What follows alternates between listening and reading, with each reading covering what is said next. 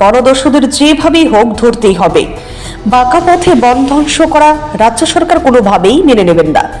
বনমন্ত্রী অনিমেষ দেববর্মাকে নির্দেশ করে এই কথা বললেন মুখ্যমন্ত্রী ডক্টর মানিক সাহা। 5 মিনিটে 5 লক্ষ গাছ লাগানোর উদ্বোধনী অনুষ্ঠানে এই কথা বললেন তিনি।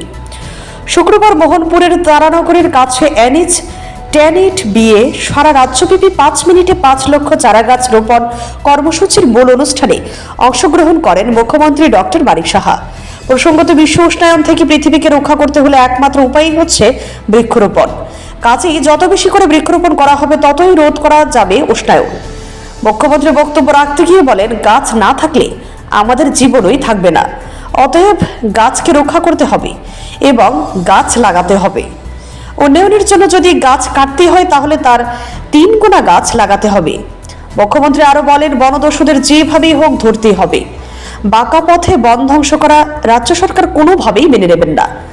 বনমন্ত্রী অনিমেষ দেববর্মাকে নির্দেশ করে এই কথা বললেন মুখ্যমন্ত্রী। সেই সঙ্গে প্রধানমন্ত্রী নরেন্দ্র মোদী বিভিন্ন প্রকল্পগুলির যে নামকরণ করছেন তারও প্রশংসা করেন।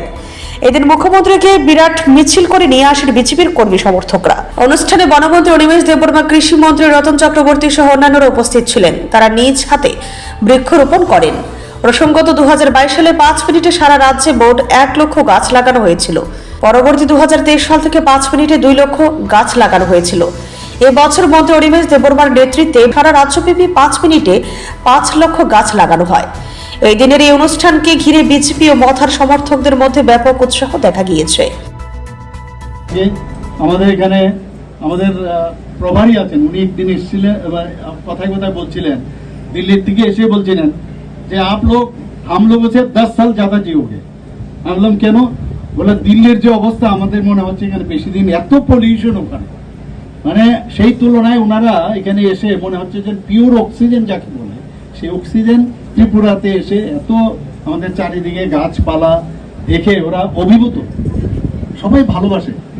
এবং এখানে নর্থ ইস্টের মধ্যে ত্রিপুরার স্থান কিন্তু উল্লেখযোগ্য স্থান নিয়েছে।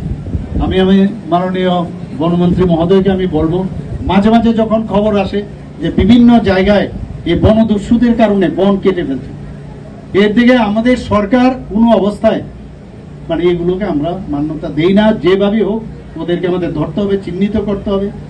এখানে ফরেস্টের অফিসারগণ আছেন, আমি বলছি ওনাদেরকে, এটাকে কোনো অবস্থায় কিন্তু আমরা সেটাকে মেনে নেব না। Bureau report, CNE TV. CNE TV, channel for news and entertainment.